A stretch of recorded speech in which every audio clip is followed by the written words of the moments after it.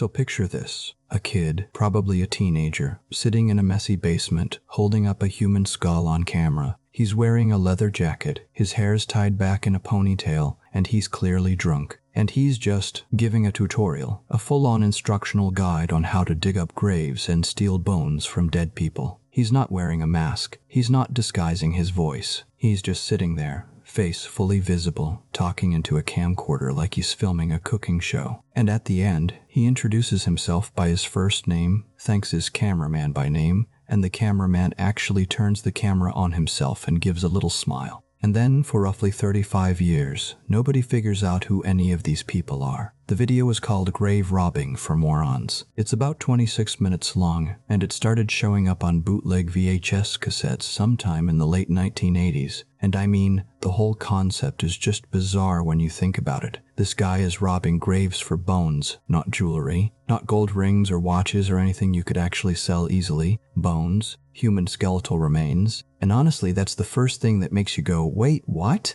Because if you're going to commit a crime, and grave robbing is definitely a crime, at least commit a crime that has a decent payoff, right? It's not the 1800s. There aren't medical schools out there paying cash for cadavers with no questions asked. The whole thing makes almost no practical sense. And yet here's this kid, drunk in his basement, acting like he's sharing trade secrets. But before we get deeper into the video itself, there's something worth talking about, and that's the context of when this was made. Because it's hard for people who grew up with smartphones and unlimited internet to understand just how boring life could be for teenagers in the 1980s. Like, genuinely, painfully boring. There was no YouTube, no Netflix, no TikTok, no streaming anything. If you lived in a small town and the bowling alley closed at 10, your options for the evening were basically two things: be a petty nuisance or experiment with substances. Those were your choices. And look, we all did stupid things as kids. Everybody did. Some kids would drive around town with screwdrivers and hex wrenches stealing signs, like not traffic signs. Nobody was taking down stop signs because that's genuinely dangerous and could get somebody killed. You'd read the paper the next day about a family getting hit at an intersection because some idiot removed the stop sign, and you'd have to carry that around with you for the rest of your life. No, we're talking about dumb signs. No smoking signs. Superintendent parking only signs. Maybe if your town had a street with a funny name like Drury Lane or Old MacDonald Farm Road, those were the real prizes. Stupid, juvenile stuff. The kind of petty mischief that falls somewhere between harmless and annoying. But some people, apparently, needed more excitement than stealing signs. Some people decided the only way to cure their boredom was to make home movies involving actual human remains. And that brings us back to our guy in the basement. Sure, there was the internet back then, technically. Dial-up AOL. You'd get on, tie up the phone line so nobody in the house could make calls, wait for that horrible screeching connection sound, and then what? GeoCities, Angel Fire, Tripod, and the content on those sites was sparse at best. You'd be excited just to discover a new GeoCities page with some blinking text and a badly tiled background image. That was entertainment. That was the internet. So can you really blame a bunch of bored teenagers in the middle of nowhere for doing something incredibly stupid? Well, yes, actually, you can, because there's a massive gap between stealing a no trespassing sign and digging up a dead person. But the boredom explanation at least gives you some context for the mindset. So the video, the narrator is this young guy, like I said, probably a teenager, possibly very early 20s, hard to tell exactly with the grainy VHS quality. Jeans, leather jacket, ponytail, basement. And one of the most distinctive things about him is that he has a pretty severe stuttering problem. He stumbles over words, restarts sentences, loses his place, and just barrels ahead anyway with this wild confidence like he's delivering a TED Talk on professional grave robbing. And honestly, the stutter combined with the absolute nonsense he's saying gives the whole video this chaotic, almost accidentally comedic energy. Because the advice itself, I mean, most of it is terrible. Like truly, genuinely bad advice, even if you were someone who for some reason wanted to rob graves. He tells viewers to bring a jacket in July to protect against the cold, which, okay, maybe if you're outside at 3 in the morning digging, it gets chilly. But he delivers this like it's insider wisdom that only a seasoned professional would know. He suggests that if you're going to rob someone high profile, and he specifically names Elvis Presley and Marilyn Monroe, you should ask for $1 million. Then he changes his mind and says, ask for half up front. Then he revises it again to 25% up front. And then, And I love this part. He recommends spending most of the money before you actually commit the crime, so that if you get arrested, at least you had a good time with the cash first. That's not a strategy. That's barely even a complete thought. It's a drunk teenager working through his ideas in real time on camera, and not one of those ideas is good. He also contradicts himself constantly. He gives the sensible-sounding advice that you should never have witnesses. Good tip, right? Basic criminal common sense. But then immediately in the same breath, he recommends working in teams of 6 people, 3 digging, 3 acting as lookouts. So you've gone from no witnesses to 5 accomplices in about 10 seconds. And keep in mind, while he's saying all this, there is a separate person behind the camera filming him. He's already violated his own rule before he finished saying it, and he named the cameraman at the end of the video, Gino. Thanks, Gino. And then there's the witness protocol. If someone does see you robbing a grave, his advice is to knock them out. Just knock them unconscious, and then when they wake up, they'll think the whole thing was a dream, and if that doesn't work, well, you might have to kill them. He says this so casually, like he's suggesting you might need a bigger shovel, just a contingency plan. No big deal. But here's the thing about knocking people out. That's basically a movie invention. Like, the idea that you can harmlessly bonk someone on the head and they just peacefully lose consciousness for a minute and then wake up feeling a little groggy, that's not how it works.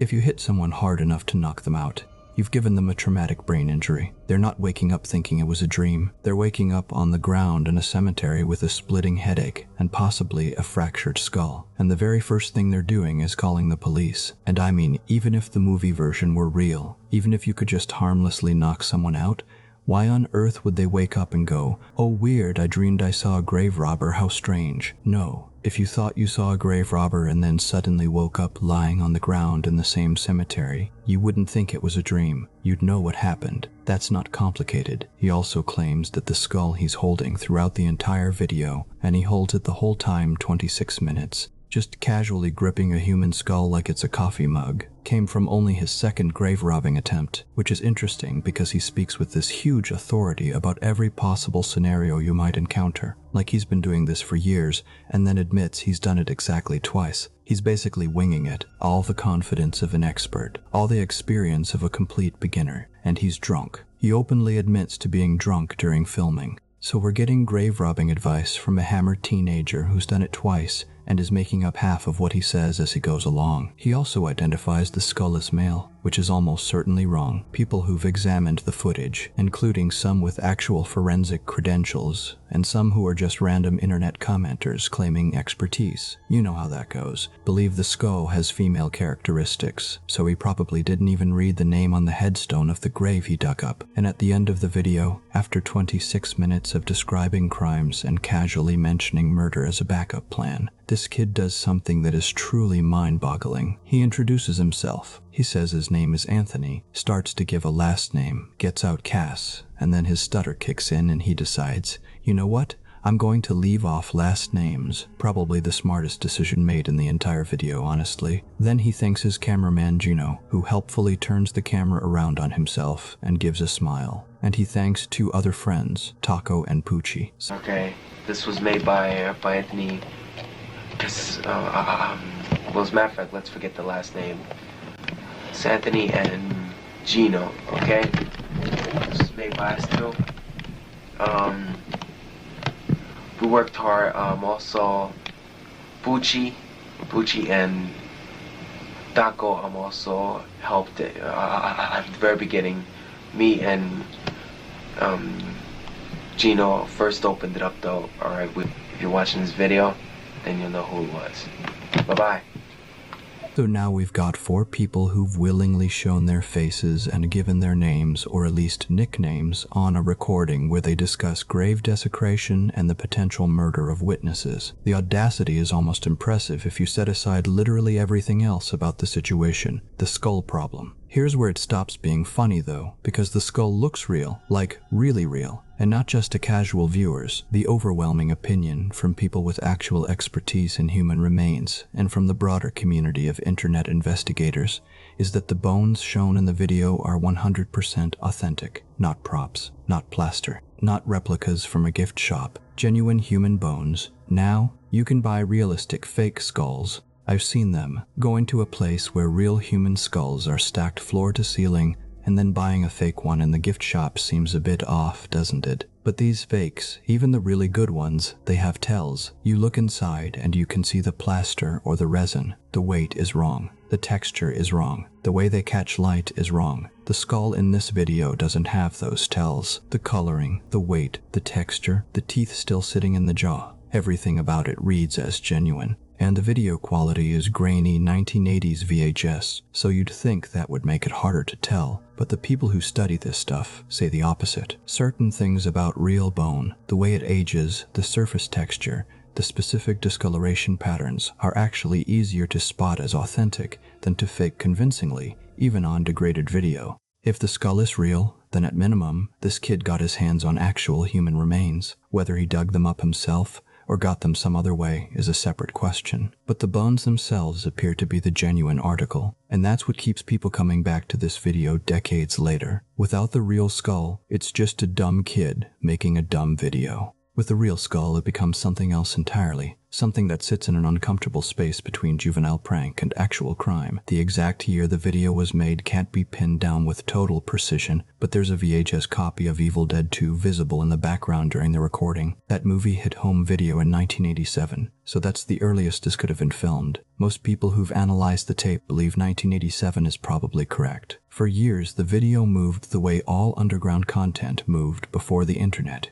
Hand to hand, tape to tape. Someone would dub a copy for a friend. That friend would dub it for someone else, and with each generation the quality degraded a little more. It spread through networks of horror fans, collectors of the bizarre, people who traded bootleg VHS tapes at conventions or through zines. It was the kind of thing you'd hear about through word of mouth. Someone would mention it at a horror convention, and you'd spend the next 6 months trying to track down a copy. The scarcity was part of what made it interesting. You couldn't just pull it up on your phone. You had to work for it. On August 9, 2014, somebody uploaded Grave Robbing for Morons to YouTube, and it's still there today. Nobody from the original video has ever filed a copyright takedown request, which makes complete sense when you think about it. Filing a DMCA claim would mean identifying yourself as the creator of a video in which you describe committing felonies and suggest killing witnesses. Not a great legal move. The video sat on YouTube without much attention for a couple of years. Then around 2016, it started getting picked up by horror blogs and online communities that specialize in found footage and internet mysteries. It hit critical mass and went genuinely viral, at least within those communities. And that's when the theories started piling up. By around 2009, possibly earlier, a bootleg DVD showed up for sale with the title Ensuring Your Place in Hell. You can still find copies online if you look, though everything on the disc is also freely available on the internet,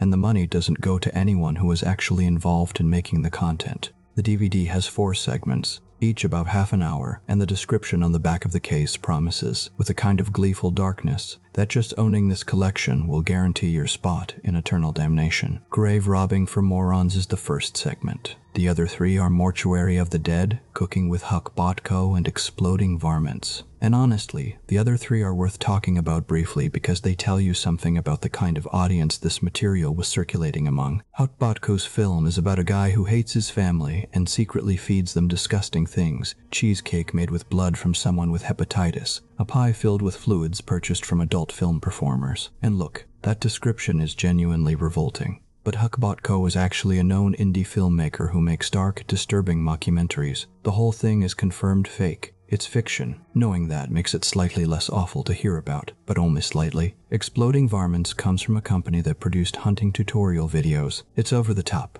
and clearly meant as dark humor, but the footage is real. These are actual hunters with actual guns doing actual hunting. If you have any fondness for squirrels, stay away from this one, but there's nothing mysterious about it. Just guys with firearms and a camera and a sense of humor that most people wouldn't share. Mortuary of the Dead is the other genuinely disturbing entry, and in some ways it's worse than Grave Robbing for Morons. Like the Grave Robbing video, its origin is completely unknown. It features a person who makes zero effort to hide his identity, apparently filming inside a mortuary that he's broken into, and what he shows is genuinely horrifying. Shelves filled with jars of preserved fetuses, barrels, like actual barrels, filled with severed limbs, disembodied heads, large chests containing entire bodies. On a table under a cloth, there's a body with its head and arms surgically removed. And I mean, this doesn't sound like any mortuary I've ever heard of. Mortuaries deal with dead bodies, sure, but they don't sort the parts into labeled barrels. This looks more like a dissection lab, or honestly, like a serial killer's basement. One detail that jumped out to people who have experience with industrial equipment: there's a square blade for a bandsaw just lying on the floor unfolded, with the teeth completely exposed. Anyone who's worked around these saws, butchers, carpenters, anyone in a medical setting, knows you absolutely do not just leave a bare blade sitting on the ground like that. It's dangerous and unprofessional in a way that feels completely inconsistent with a legitimate facility. The video has no narration at all, which is both more and less disturbing than the grave robbing video. More disturbing because the silence forces you to just look at what's being shown without any context or explanation. Less disturbing because without the narrator's strange personality and drunken confidence, there's nothing to hook on to emotionally. It's just grim. The person filming and the location have never been identified, and the footage is widely believed to be completely real. There are things on the internet that you see accidentally, a photo that shows up in your feed before it gets flagged and taken down, a video of something terrible that you didn't seek out, but that you can never unsee, and those stick with you. They lodge in your brain and you think about them years later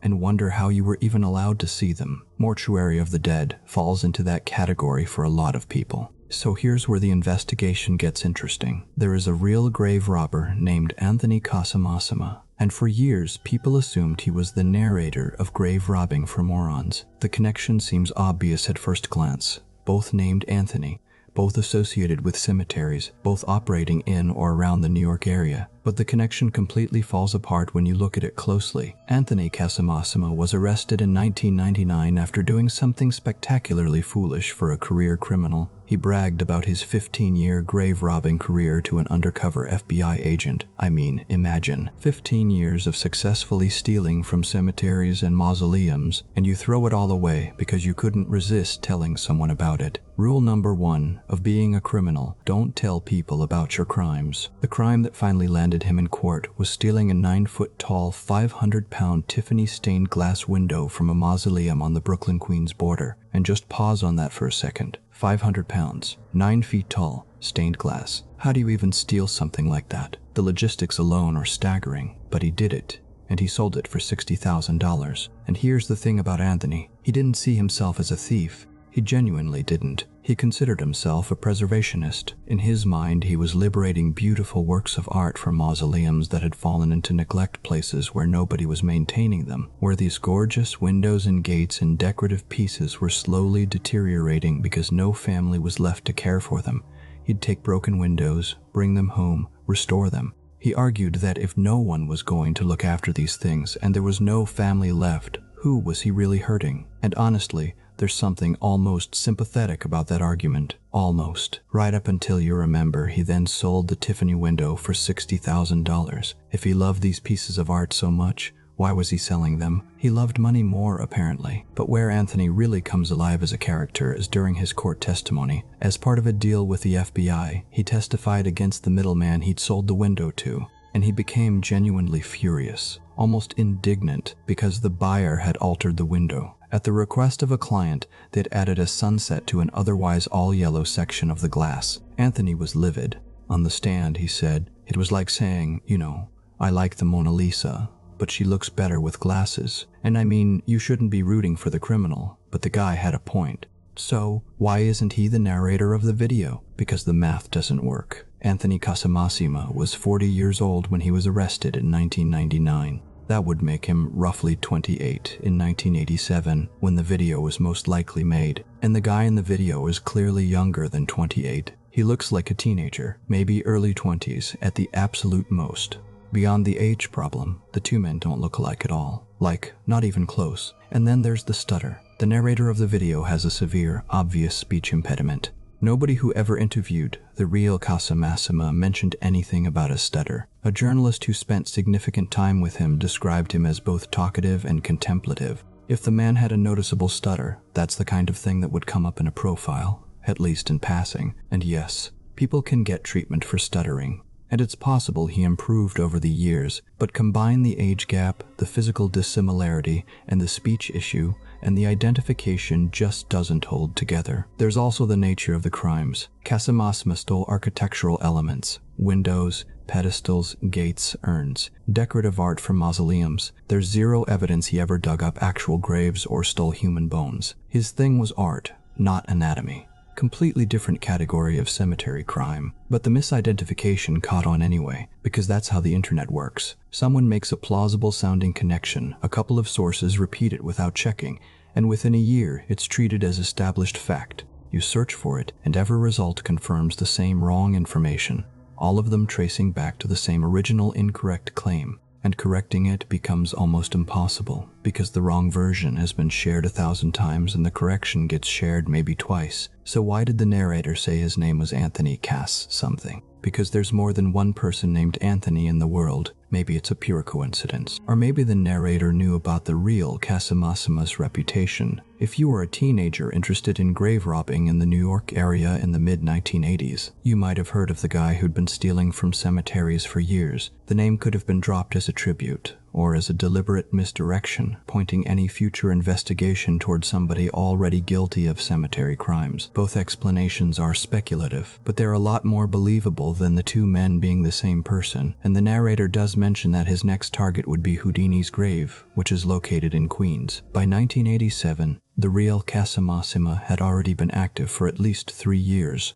If the narrator had actually committed a couple of grave robberies and was looking to fence stolen goods, it's plausible he might have come across Casamassima's name in that world. So the connection might not be random, but it's a reference, not an identity. The book that might explain everything. There's a more interesting theory though, and while it's still circumstantial, the pieces fit together tighter than anything else that's been proposed. Say You Love Satan is a novel by David St. Clair, published in 1987, the same year the video was almost certainly made. The book is a heavily fictionalized account of the real story of Ricky Casso, a grave robber and self-described Satanist from Long Island who was arrested in 1984 for murdering a friend. The book was immensely popular, and it dealt directly with the intersection of grave robbing, occultism, and disaffected suburban youth, which is, that's basically a description of the narrator of grave robbing from Morons, and some of the advice in the video maps directly onto information found in the book. The narrator talks about selling skulls to occult and magic shops, which is identical to what Say You Love Satan describes. His prices are a bit off compared to what the book says, but the concept is the same. The timeline is perfect. Bored teenager reads a sensational true crime book about a local grave robber and murderer, gets drunk, gets inspired, decides to make his own grave robbing instructional video. And just look at the guy. Leather jacket, long dark hair, basement, drinking heavily, holding a skull, talking about occult shops. This is, with absolute precision, the exact type of person who would walk into a bookstore, see a book called Say You Love Satan, and buy it immediately without even looking at the back cover. That's stereotyping, sure, and stereotypes aren't evidence, but sometimes people really do look exactly like the category they seem to belong to, and I'm comfortable being a little more judgmental than usual when the person in question is holding an actual human skull on camera while drunk. Most people who read that book did not then go out and film themselves with genuine human remains, so the book alone doesn't explain everything. But as a catalyst, a bored, drunk, impressionable teenager reads an exciting book about grave robbing and Satanism, decides to try it, films himself bragging about it. The theory holds together well. There's no hard proof. Nobody has confirmed the connection,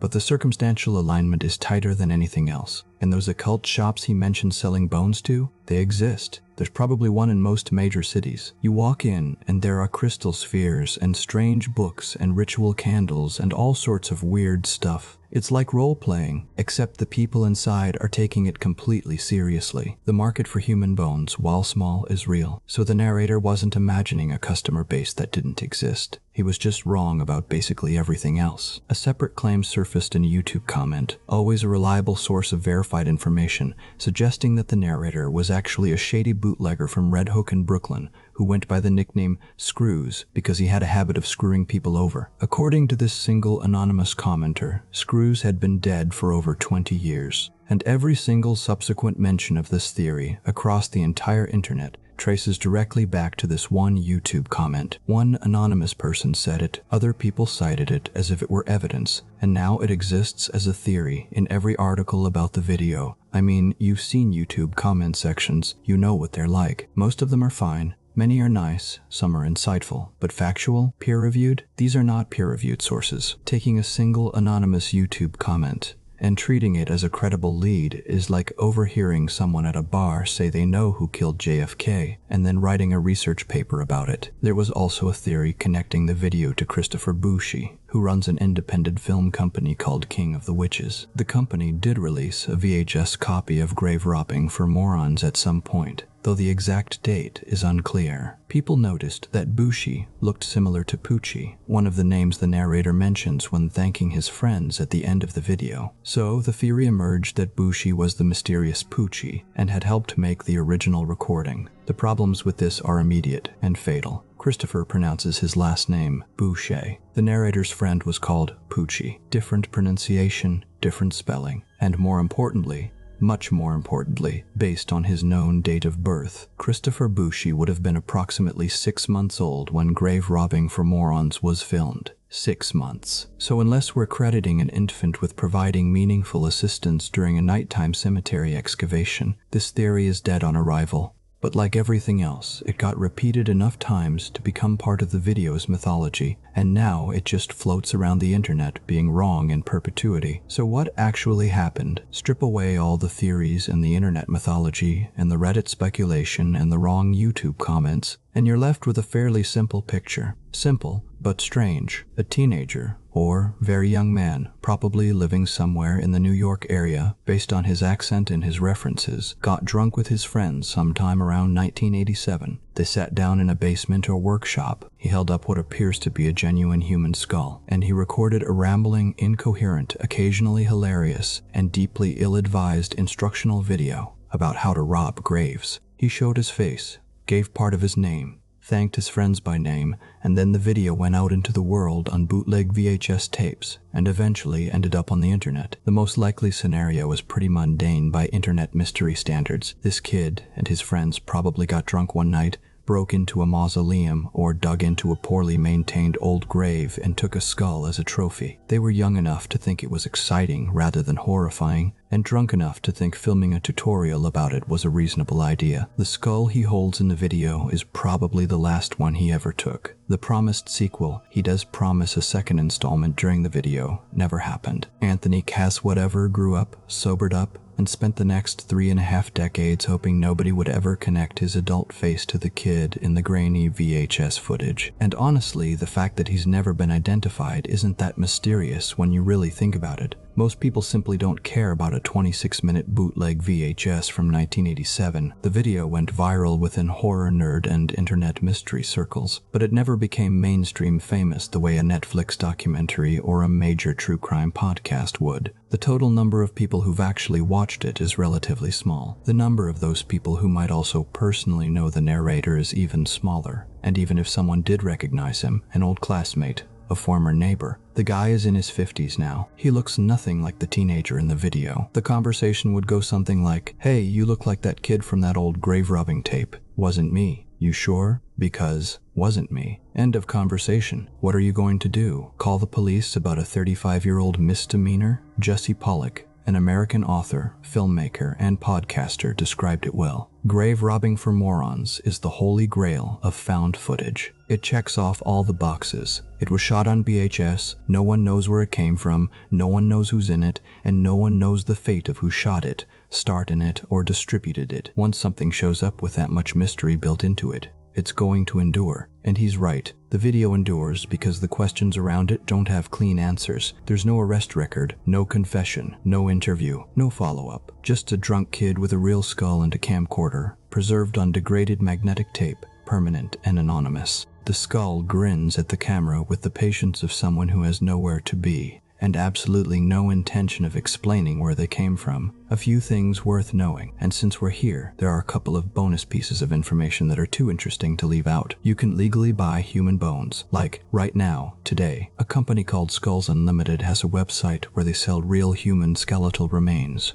Inventory changes based on availability. They're not producing these on an assembly line, but depending on when you check, you might find a single human femur, a bag of human foot bones, or what they call research quality specimens. It's legal, the bones come from legitimate medical and educational sources, and the whole operation exists in this strange space where something that feels like it should be illegal is perfectly fine. So the narrator of Grave Robbing for Morons went through all that effort, the digging, the drunk filming, the skull holding, when he could have just, placed an order. And here's something purely for the nostalgia crowd. GeoCities, AngelFire, and Treepod, the three web hosting services that basically defined the internet before the internet became what it is now. They all still exist in some form. AngelFire and Tripod are still alive and running as web hosting services. GeoCities, which was owned by Yahoo, is somehow still available in Japan, and only Japan. Why Japan? Nobody seems to know, but if you're old enough to remember building a personal web page on GeoCities with a visitor counter at the bottom and an auto-playing MIDI file, you know exactly what kind of internet era produced a video like Grave Robbing for Morons. An era where people had to make their own entertainment because the world hadn't figured out how to deliver it to them yet. And one more, Anthony Casamassima, the real cemetery art thief, not the narrator of the video, actually changed his industry. While he was awaiting trial, the 9-foot Tiffany window he'd stolen was sitting on display in a museum in Japan. It had passed through a chain of dealers and collectors, none of whom had asked too many questions about where it came from. That was how the Tiffany market worked for decades. Don't ask, don't tell. You see a beautiful window, you buy it.